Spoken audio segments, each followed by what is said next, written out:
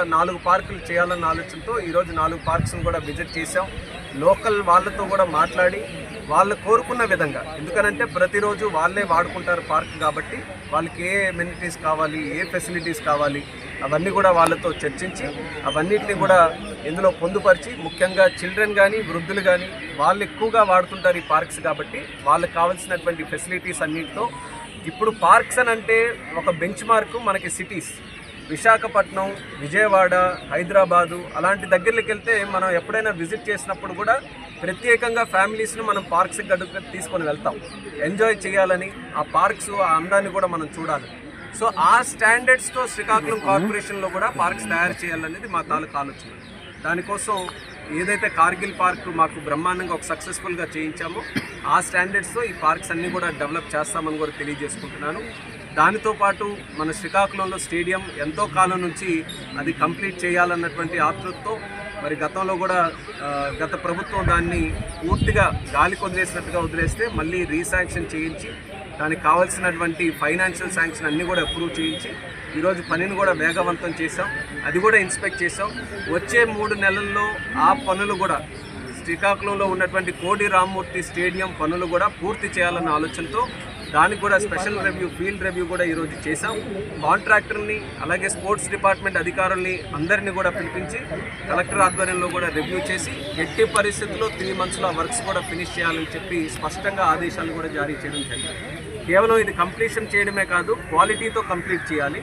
అలాగే పబ్లిక్కి ఏ రకంగానైతే ఈ ఇన్ఫ్రాస్ట్రక్చర్ అంతా కూడా కోరుకుంటున్నారో ఆ ఫెసిలిటీస్ అన్నీ కూడా పొందుపరిచే విధంగా చేయాలి.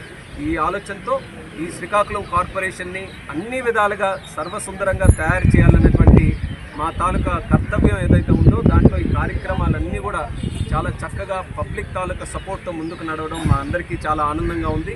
కూటమి ప్రభుత్వం ఎప్పుడు కూడా పబ్లిక్ కోరుకునే విధంగా, పబ్లిక్ని మెచ్చుకునే విధంగా కార్యక్రమాలు చేసుకుంటూ ముందుకెళ్తామని కూడా తెలియజేస్తాం.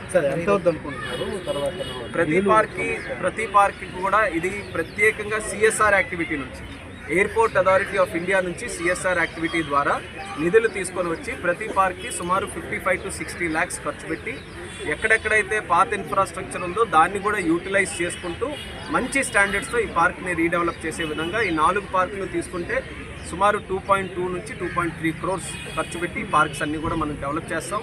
అలాగే మనకి ఏదైతే స్టేడియం ఉందో స్టేడియంకి మనం కొత్తగా వచ్చినటువంటి వర్క్స్ ఓవరాల్గా ఒక 9.6 crores అంతా కూడా పూర్తిగా శాంక్షన్ చేయించి అక్కడ ఇండోర్ స్టేడియంకి సంబంధించినటువంటి వర్క్లు ఏవైతే ఉన్నాయో దానికి కూడా సంపూర్ణంగా బడ్జెట్ కూడా తీసుకొని వచ్చాం.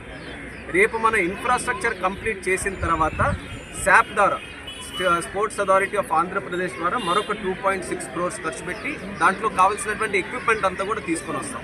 కానీ ప్రస్తుతం ఇన్ఫ్రాస్ట్రక్చర్కి, ఇండోర్ స్టేడియంకి కావాల్సినటువంటి బడ్జెట్ అంతా కూడా పొందుపరిచాం కాబట్టి ఆ స్టేడియం వర్క్స్లో కూడా ఇంకెక్కడ డిలే లేకుండా ఫుల్ ఫ్లెడ్జ్డ్గా ముందుకు నడిపించాలనేది మా ఆలోచన.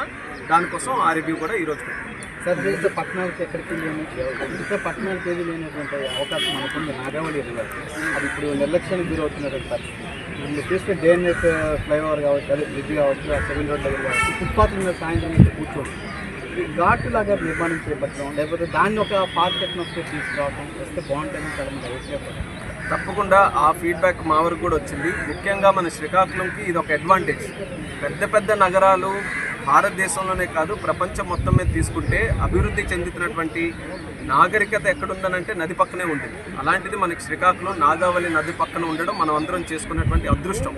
కానీ సంపూర్ణంగా మనం వినియోగించుకోలేకపోయాం. నాగావళి నదిని, ఆ నది ఒడ్డుని మనం బ్యూటిఫికేషన్ చేసుకొని మన నదితో పాటు మన సిటీతో పాటు కలుపుకుంటే ఇంకా మంచి ఎంటర్టైన్మెంట్ స్పాట్స్ కానీ లేకపోతే పబ్లిక్ కోసం ఈ పార్క్ స్పాట్స్ కానీ ఇవన్నీ కూడా డెవలప్ చేసుకునే అవకాశం ఉండేది.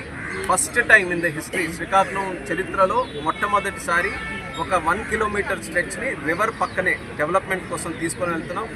ఈ ప్రాజెక్ట్ని కలెక్టర్ గారు అలాగే ముఖ్యంగా జేసీ గారు కూడా అప్పచెప్పి ఇందులో ఎమ్మెల్యే గారు కూడా చాలా సూచనలు చేశారు.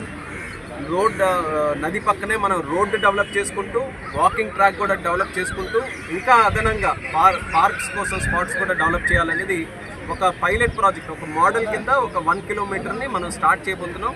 ఎప్పుడు స్టార్ట్ చేస్తాం? ఒక 1 మంత్లో సర్వే కూడా ఇప్పుడు ప్రోగ్రెస్లో ఉంది. సర్వే కూడా అయిపోయిన తర్వాత ఒక 1 మంత్లో వర్క్ స్టార్ట్ చేసి ఒక 6 మంత్స్ టైంలో ఒక 1 కిలోమీటర్ స్ట్రెచ్ని రివర్ డెవలప్మెంట్ కింద చేస్తే ఏదైతే ఒత్తిడి ఇప్పుడు కేవలం బ్రిడ్జెస్ మీద అదంతా కూడా జరుగుతుందో దాన్ని కూడా మనం కొంచెం ఈజ్ ఆఫ్ చేయొచ్చు. ఇంకో ప్లాన్ కూడా ఉంది.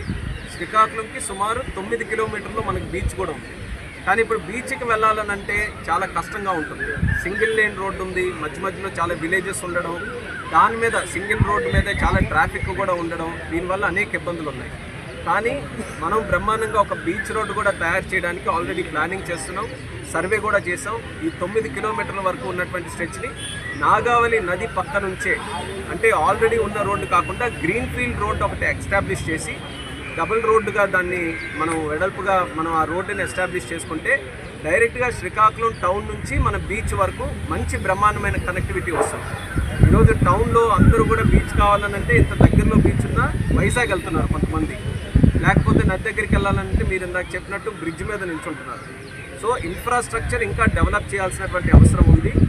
పబ్లిక్ నుంచి వచ్చినటువంటి ఫీడ్బ్యాక్ని చాలా సీరియస్గా తీసుకొని ఈ ప్రాజెక్ట్స్ అన్నీ కూడా రేపు వస్తున్న కాలంలో ఇవన్నీ ఇంప్లిమెంట్ చేస్తారు. చంద్రబాబు నాయుడు గారు, పవన్ కళ్యాణ్ గారు, మరీ ముఖ్యంగా నరేంద్ర మోదీ గారి తాలూకా సహకారంతో ఆంధ్రప్రదేశ్ రాష్ట్రం 20 నెలల్లో ఏ రకంగా డెవలప్ చేశామనేది ప్రతి ఒక్క వర్డ్ కూడా నేను కౌంటర్ చేస్తాను. వేరేగా ప్రెస్ మీట్ పెట్టి సమాధానం. సార్ సుడా నిధులు వాడుతున్నారు కానీ మాకు ఎవరిని పిలవట్లేదని చెప్పి జనసేన వాళ్ళు డైరెక్ట్గా చెప్తున్నారు. మనం ఇదవుతుంది, మాకు ఎవరిని పిలుపు రావట్లేదని అంటున్నారు. దీనిపై మీరేమంటారు? మేము అందరం మాట్లాడుకున్నాము, అన్నీ బాగానే ఉన్నాయి. మేమందరం ఒక కుటుంబం లాంటి వాళ్ళం, అందరం కూడా చర్చించుకొని ఏ ఇబ్బందులు లేకుండా మేము ముందు మీరు చెప్పండి. రిజర్వ్ సైట్లు ఎక్కడున్నాయో ఇదే అవకాశం. నేను చెప్తున్నాను, లోకల్ ఎంపీగా మినిస్టర్గా చెప్తున్నాను, పబ్లిక్ తాలూకా సపోర్ట్ తీసుకొని మీరు ఆ రిజర్వ్ సైట్స్ మాకు చెప్పండి. అది బ్రహ్మాండంగా పార్క్స్గా తయారు చేసే బాధ్యత నాది. ఎందుకనంటే ఈరోజు మనం అది ప్రొటెక్ట్ చేసుకోలేకపోతే టౌన్ కూడా అంచెలంచెలుగా పెరుగుతుంది, అర్బనైజేషన్